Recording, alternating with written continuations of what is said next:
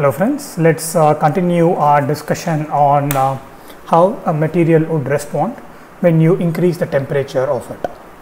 Now in the previous lectures, we wanted to describe how a material would change, or what are the changes a material would exhibit when we raise the temperature. In order to do that, we took help from our introductory understanding of thermodynamics. We brought in some parameters, and based on these parameters we described how a system would change with increase in its temperature. Now when we began our understanding, or when we began to focus our understanding on change in the state of the material with increase in temperature, we brought in a parameter, or we brought in a thermodynamic term called internal energy. Now we talked about the change in state with respect to the change in internal energy. When a system's internal energy changes with increase in temperature, we said that the system has changed its state from 1 to 2. We not only discussed what causes this change in the state, or theoretically what are the factors that govern this change. We tried to quantify it. We brought certain fundamentals of statistical mechanics in order to arrive at how much of an internal energy change we can expect when you rise the temperature. Now when we wanted to see how much or if the change is irreversible, then how can we quantify, or how a degree of irreversibility can be quantified? When we wanted to focus that, we introduced another thermodynamic parameter called entropy. And based on this entropy, which we denoted by S, based on this entropy, a particularly change in this entropy, we were able to define or describe irreversible change in a system when we rise its temperature. So we spoke about change in state by using internal energy. When we wanted to see irreversible change, or when we wanted to talk about an irreversible change, we introduced a new thermodynamic parameters called entropy. And now when we wanted to see if there is a shift in the minimal energy state, or if we wanted to see or we wanted to define a criteria for this formation of a new minimal energy state if you rise a temperature. So in order to do that, we introduced, or from our understanding of internal energy and entropy, we arrived at a term called, or rather function called Helmholtz free energy. Of course, I understand that in the introductory courses you would have treated H as enthalpy, but since we are a bit away from the thermodynamics, let us treat just H as Helmholtz free energy. Now we define this, or we introduce this Helmholtz free energy in order to show that under certain circumstances it is possible for a system to move from one phase to another, and this is possible because there is a formation of a new equilibrium position, and this shift from this initial position to the new minimal energy state is possible when you have an external agency, and we were able to formulate a criteria based on this Helmholtz free energy if there is such a minimal energy state possible. So if this criteria based on Helmholtz free energy is fulfilled, it indicates that there is a minimal energy state that has formed with the rise in the temperature.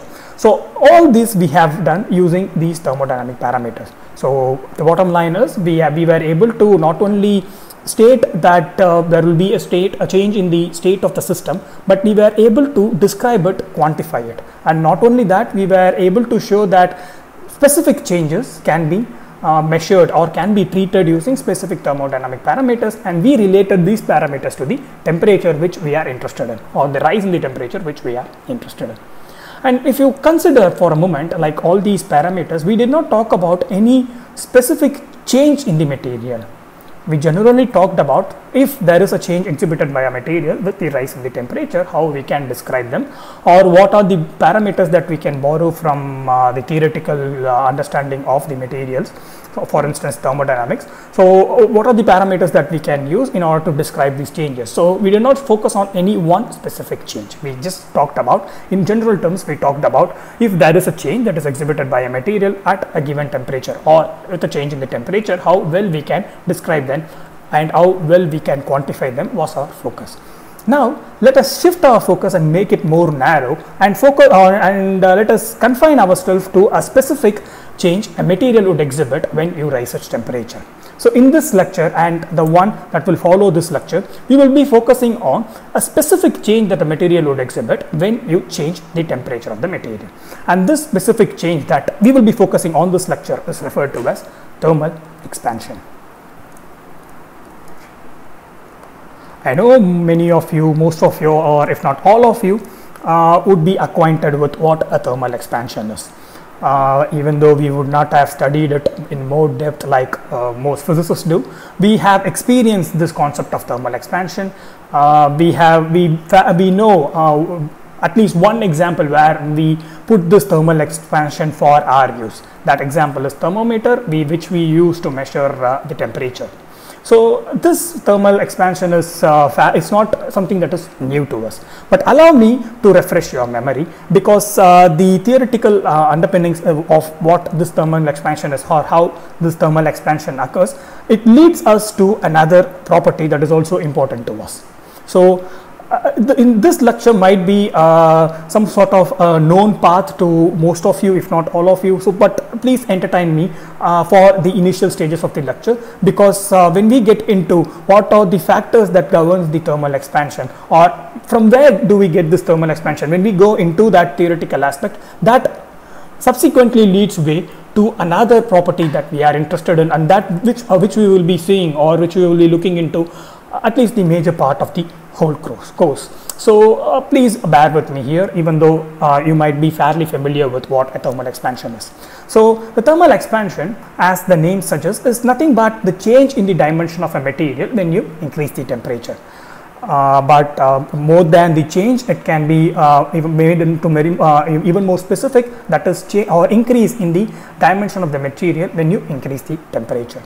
So you can write this, or you can express this thermal expansion in this way, wherein dl represent change in the longitudinal length of the material is proportional to the increase in temperature. Now we want to express this in terms of a reference length, or the initial length of the material. So what we would do is we would write something like this: is proportional to the change in the temperature of the material, and L0 is the initial longitudinal length of the material, and with reference to this initial longitudinal length, the change in the length is proportional to that of the temperature. Now we can get rid of this proportionality sign through a constant, a proportionality constant or a coefficient, and we can write this as something like this. Pardon me, my alpha and the proportionality constant might it is similar, but since we have an equal sign preceding this, so it means that it's not a proportionality relation, it is alpha or a coefficient. So now what we have done is we have expressed the expansion of a material that we observe in the longitudinal direction with respect to its original dimension, and that is equal to a product of the coefficient and the change in the temperature. So this is something, it is not something new to us. It is fairly, you can understand that the change in the dimension of a material is related directly proportional to the change in the temperature, and we have equated that by including a new coefficient term. So this is rather an empirical relation. People have done some observation, or rather experimental observation, and so there is this linear relationship between the change in the dimension of the material with respect to the change in the temperature. So now this is here again is a linear relation, and which we arrived through experimental observation. So now before proceeding further, let us just try to deduce what is the unit of this coefficient here. By the way, this coefficient is referred to as coefficient of thermal expansion. So now let us try to deduce what is the unit of this coefficient of thermal expansion. So now if you consider the unit of the change in length, which is meter, and the unit of the original length, which is also meter, it gets cancelled out, and ultimately you will end up with a unit for the coefficient, which is nothing but per Kelvin or per degree Celsius. Of course, it can also be per Fahrenheit if you are American, but yeah, yes. Then so you have this unit of per Kelvin or per degree Celsius, and so whatever unit that you use for or that you consider for treating the change in temperature here should be consistent with the unit of the coefficient of thermal expansion. So ultimately what we have done is we have arrived at we have related the change in dimension to the change in temperature, and this we have written it as something like this. Now it is important to know that this dl can be written as L minus L naught by L naught and alpha delta T, where L is a temperature at a given or length longitudinal dimension of a material at a given temperature T, and L naught is the original length of the material. Now thus far you might be fairly familiar with. So let us now build on this understanding and try to see how a two-dimensional material would behave when you raise the temperature of the two-dimensional material. So let us assume, for the sake of this discussion, a simple two-dimensional material like this, and let us assume it is a square and all the sides are of equal length, and let us assume that the length of one of these sides is L naught, and now we wanted to see how with the change in the temperature, or rather with the increase in the temperature, what would be the change in the area of this two-dimensional material with respect to its original area. Now let us, since we have a simpler assumption of a square in this discussion, let's exploit its property, meaning the A naught here at the denominator can easily be written as L naught square. And now the dA, or the change in the area, is nothing but A minus A naught. Now A, if you assume the new dimension to be L, then A is nothing but L square. Now from 1 here, you can write an expression for L. So if you can write an expression for L. So allow me to write first the expression for dl by L naught. So the dl by L naught expression, which we observed in the one dimension case, is something like this. I hope I am correct here. So dl by L naught, yeah. So now based on this expression, we can arrive at an expression for L. So that would be something like this: L naught plus L naught alpha delta T. So we have our change in temperature, we have our coefficient, we have our original length, and also this is the increase with respect to that of the original length when you consider the length of the one-dimensional material after you have raised the temperature. So the length of the material after you have raised the temperature is this much times more than its original length, and this much times it includes change in the temperature and the coefficient. Okay. So now we have seen that, or based on, since we have assumed a rather simpler system, it means that the area, or the expanded area after you have raised the temperature, is nothing but L square. That would mean that A, the new area after the increase in temperature, L square, would be something like this. I'll take this L naught out, then it would mean that 2 alpha delta T plus alpha square delta T square. So all that I have done is I have just taken the L naught out and just expanded it, squared it and expanded it. Now the alpha here, the coefficient of expansion or thermal expansion, is a very small number. It is less than 1, and if you consider it, or if you consider the square of it, it becomes even more smaller, and it becomes a relatively insignificant to its preceding factor, so we can ignore it. So by ignoring the second order term, we can write the area as something like this: L naught square plus 1, L naught square into 1 plus 2 alpha delta T. So this is the new area, and we wanted to find the change in the area with respect to its original area as the temperature increases. So now the dA can be written as A minus A naught divided by A naught. So this is what we want to find. Now let's substitute the 2 in this relation. So that would mean that L naught square 1 plus 2 alpha delta T minus L naught square divided by L naught square. So ultimately what we would end up having is the change in the area with respect to its original area for a two-dimensional material when you increase its temperature is twice alpha delta T. So if you could recollect, alpha delta t is what the change in the dimension you would observe in the one dimensional case. So when you have a two dimensional area, what you would observe is twice that of the change in the dimension of in a longitudinal case. So to put it rather mildly, when you increase the dimension, when you have, instead of an one dimensional structure, or instead of focusing on the increase in the longitudinal length, when you have a two dimensional system, or rather a simpler system like we have in the case of the which we have considered here, like a square, the change in the area with respect to its original area when you increase the temperature is equal to twice the change you would observe when you consider a similar one dimensional system. So that is what we have arrived at here. Now since we have made some approximations, like we have considered a rather simpler system, it is better to express this using this notation, which is approximately equal to. It is not definitively equal to, but rather approximately equal to, because for our convenience we have considered a simpler system, so we can express it, or we can refer to this as an approximate relation. So now we have based on our understanding of the linear expansion, we have extended it to how the area would change with increase in temperature. Now one can also extend this to 3 dimension, and one can arrive at a simpler relation by getting rid of the higher order terms. Now here we arrived at the simpler relation by getting rid of the alpha square term.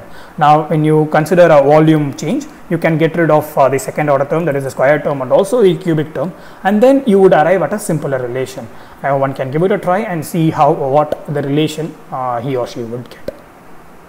So ultimately what we have done is we have built upon our understanding, and we saw that when you have a two-dimensional system, this change in this area is twice that of what you would expect or what you would see in the change in the length of a one-dimensional system. Now before proceeding further, or before going into the theoretical aspect of from where do we get this thermal expansion, allow me to just give you a simple thought experiment. So supposing you have a two-dimensional area or two-dimensional material like this, and instead of it being completely solid, let us assume that there is a hollow space here, or there is a hole here. And now what happens is you are doing the same experiment, like you are increasing the temperature of the material, and then you want to see how, instead of seeing how the overall area of the material changes, you want to see how the dimension of the hole changes, or how the diameter of the hole changes. Now if you are interested, just you can pause here and then think about what would be the change in the dimension of the hole. Will it contract, meaning will the material that are surrounding the hole expand in this direction, thereby decreasing the size of the hole, or will they continue to expand in this direction, thereby increasing the size of the hole? So you can pause the video here, think for a moment, and you can come up with your suggestion, or you can come up with your answer. Like if the material that is surrounding the hole is allowed to move inwards because of the thermal expansion, that would mean that hole would shrink. If it moves away from the hole, that would mean the hole would expand. So what can one expect when given a condition or given a material like this and you increase the temperature? You can pause and you can think about your answer, hoping that you have done so, or if not, it's no problem. I believe some of you might already been acquainted with this question. So if you are already acquainted with this, all these discussion, you can skip ahead, because that is one good thing with this flipped mode of lecture. You can just move ahead with the things that you are fairly well acquainted with. But if you are not, if this problem is something new to you, just think for a moment and see how would you expect this hole to behave. Now before providing you with all sort of theoretical answers, that there are more than one theoretical answer that is given to this, let me give you a simple example. Like supposing consider this system, instead of considering this to be a plate in which there is a hole, consider this to be the hole representing the a lid, meaning you have a jar which is with its lid, and it is slightly wound. Now when it is difficult for you to open, and you ask your people who are much elder than you, who are experienced than you, go and ask them, it is difficult for me to open, they recommend you to heat the lid. And now what you do is you heat the lid. Supposing the lid, instead of loosening up, if it gets even more tightened, then you would say that what we can expect from this thought experiment is that the hollow hole has shrunk. Let me repeat. When you heat the lid, instead of loosening up, when it becomes even more tighter, then when you translate that to this experiment, it would mean that the hollow hole has shrunk. But fortunately for us, when you heat the lid, what you would observe is the lid has become loosened up and it is easy for us to open it now. So that would mean when you just translate that understanding to this rather thought experiment, you would arrive at an answer that the hollow hole here, with increase in temperature, as this area here increases, the dimension of this hollow hole will also increase. So this we can arrive at through our experience, through our understanding of how the system behaves or the materials around us behaves. So this is an answer from our practical experience, which is sometimes is the best one. But let us also consider other theoretical understandings, or there are other theoretical reasons that are given to us. So one of the theoretical reasons that is given to us is, irrespective of what constitutes this region may be constituted by maybe air might fill this region, or you can fill this region with any sort of fluid like oil as well. Whatever may be the constituent that fill this region, even this hollow hole may be absent, and the entire material could be solid. So whatever may be the material that fills this hollow region, or whatever may be the material that fills this region, it is stated that the individual elements that comprise of this material, the individual elements that comprise of this system, this heterogeneous system now, the individual elements like the smaller elements, they expand in a particular direction. And since they expand in an outward manner, what you could then expect is the expansion of the hole. So let me repeat it. Now that we have a hole in our system, it means we have an heterogeneous system. And irrespective of the nature of the heterogeneous system, be it a homogeneous solid plate or a heterogeneous plate with a hole in it, irrespective of it, if you consider the individual element of this heterogeneous or homogeneous material, its expansion with respect to the increase in temperature is predefined. It moves in a particular direction, and therefore as these individual elements would expand in this direction, so would the internal hollow region or the internal hole, and therefore you can expect an expansion in this direction. So that is one of the understanding, or one reasons people would attribute to the expansion of the hole. Now the other reason of why a hole would extend, or why would one expect an expansion of the hole is related to that of the continuum nature of the system. So what they mean by that is, you have your continuum, this system is continuum, rather except for the hole at the middle, all these are continuous in nature. You can treat this as a continuous system. These are continuous in nature. So that would mean that the atoms that are surrounding the hole, which has an extra degree of freedom to expand in this direction. Let me repeat, the atoms surrounding the hole, only they have an extra degree of freedom to move inwards during the thermal expansion. However, since they are in a continuum, this degree of freedom, even though there is this possibility they cannot operate along this direction, because they are a part of a larger continuum which moves in this direction. Now, since these layer of atoms which has this degree of freedom to move inwards, since they are a part of a larger continuum which are moving at the opposite direction, they are not at the liberty of moving inwards. Or moving inwards then would be a behavior that causes increase in the internal energy of the system, or they will be moving against the current of all the rest of the atoms. So in order to avoid that, the least energy path that is possible is move along with the rest of the continuum and expand in this direction, and therefore you would have the expansion of the hollow space that you have in the two-dimensional system. Now there are other theoretical explanations that is given for this, and I find only these two to be more convincing, at least for me, so I just mentioned these two. So what we have seen is that when you have a system with some discontinuity or a hollow space in between, it will not shrink with the increase in temperature, but rather it will expand along with the other material in the direction that is consistent with the other material. Now, having given some sort of refreshing thoughts about or brushing up your memory on this thermal expansion, now let's get into why this happens, or what is the fundamental reason for such a behavior of the material. So in order to do that, let's get back to our understanding of the interaction between the atoms. Now let's get back to the atomistic level. Even though this is a macroscopic change, we can see this change of the thermal expansion with our naked eye. So that's why it's referred to as a macroscopic change. Let us now shift in the scale, move downwards and go into the atomistic scale. In the atomistic scale, we have seen earlier, while introducing the internal energy, while quantifying it, we have seen earlier that depending on the position of the atoms, the interaction potential vary. We were able to arrive at this by considering the charges of the subatomic particles. Now, when we consider the interaction between two atoms, we were able to plot a curve like this. So we considered the interaction between two atoms, which is commonly referred to as pairwise interaction, and between two atoms that are separated by a distance r. Now we wanted to talk about the interaction potential energy, which is dependent on the distance between the two atoms.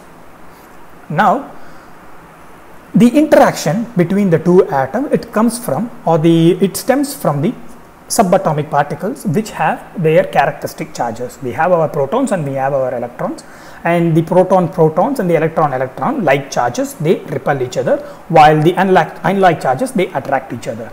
So these interaction between the charges leads or they result in the interaction potential.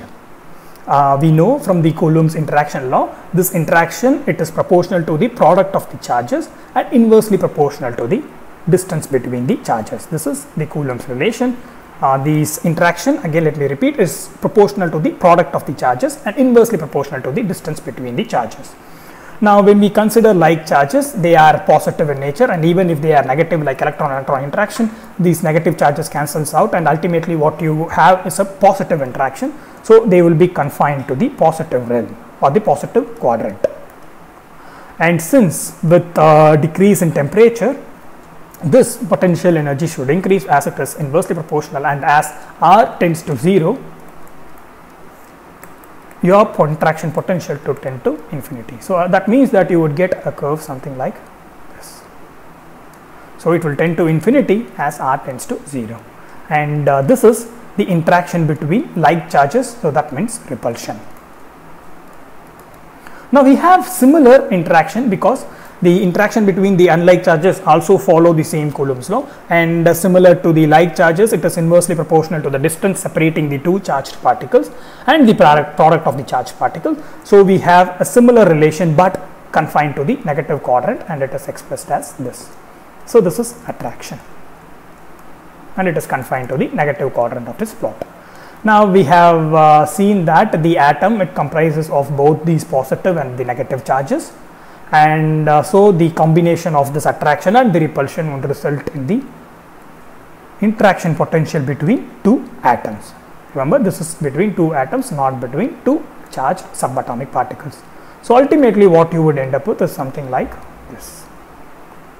So we have looked into this particular interaction potential during our discussion on the internal energy. So let me redraw it for you. So this is how the interaction potential between two atoms will look like when it is dependent on or when we change the distance between the two atoms. Now we have seen the lowest position here, or the lowest energy state here.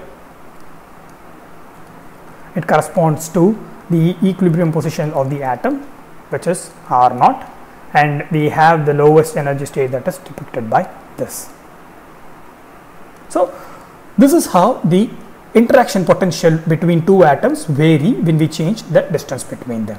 Now if you look closer, this curve or this plot of change in the interaction potential with respect to the distance between the atom is not symmetric. It is visibly stretching in this direction. This plot here is not symmetric, and you can see it is stretching, or it is stretched along this direction. When you compare to this direction, it is stretched along this direction.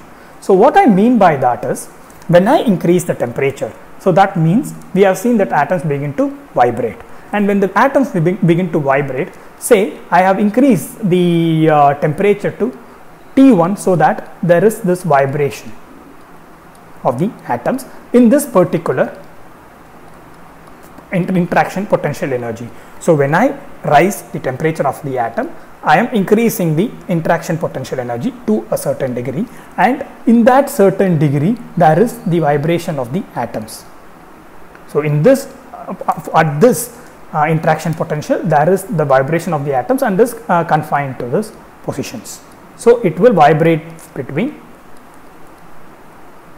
R1 and R2. So how we have arrived at this R1 and R2 is by fixing an interaction potential which will change when we rise in temperature. So from T1 we increase it to T2, or from T0, which will be absolute 0, we have arrived at a T1 temperature. From T0 we have arrived at a T1 temperature.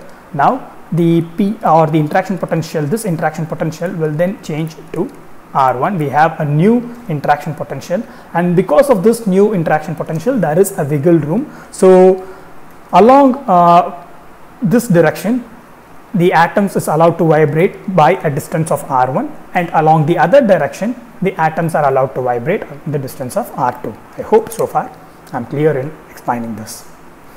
Now when you look at the nature of this graph, which is not symmetric in nature, it will be easy for you to understand that R1 minus R0 is greater than that of R2 minus R0, meaning the atom goes a farther distance in this direction when compared to this direction.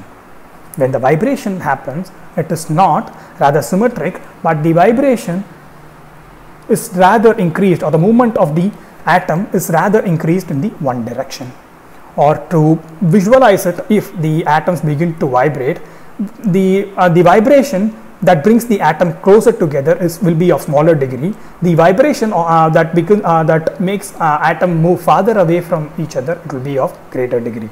If you want to plot it, you can plot it something like this. You have two atoms and they will just come closer to each other only by this much for a particular temperature, but they can move away from each other by a larger degree.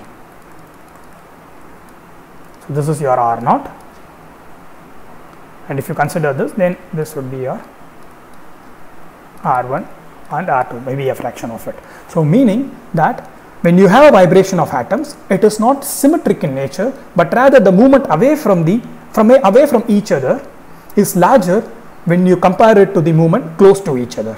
Let me repeat it. When you have a vibration of the atom, when you increase the temperature, the movement away from the atoms is significantly more than the movement closer to them, and the reason is because you have such a curve or such a description of the potential energy. And we get such a description of potential energy because the force of attraction or the attractive force is a long range force, and the repulsive one is the short range one. So we have a force of attraction which is a long range one, meaning even if you allow the atoms to move away from each other a bit farther than when you compare it to coming close to each other. So even when your R2 is greater than R1, since the force of attraction is a long range one, it allows the atom to come back to its equilibrium position. But since the repulsion is a short range one, and the amount of increase in the potential energy even within the short range movement or the close movement of the atoms, the increase in the potential energy is higher, so there is not much of a room for the atoms to get even more closer. So these are the reasons why the atom, when they vibrate, they move farther away from each other when you compare to their movement close to each other. So attraction is a long range force, that means it can allow the atoms to move away from each other and bring back to its equilibrium position. However, the repulsion is a short range force. It will not, the movement towards the atom will not be that much. So ultimately, when you extrapolate this to a larger scale, it means that your expansion or the movement away from your equilibrium position is dominant when you consider the movement close to your close to each other in the atomistic scale. When you extrapolate this, this ultimately results in a thermal expansion. So thermal expansion, the theoretical underpinning or the theoretical reason for the thermal expansion is the lack of symmetry, or let me rewrite it, is or the unsymmetry of the potential energy with respect to the position of the atoms. So there is a lack of symmetry because of the in the potential energy curve, because of the difference in the range of the attraction and repulsion.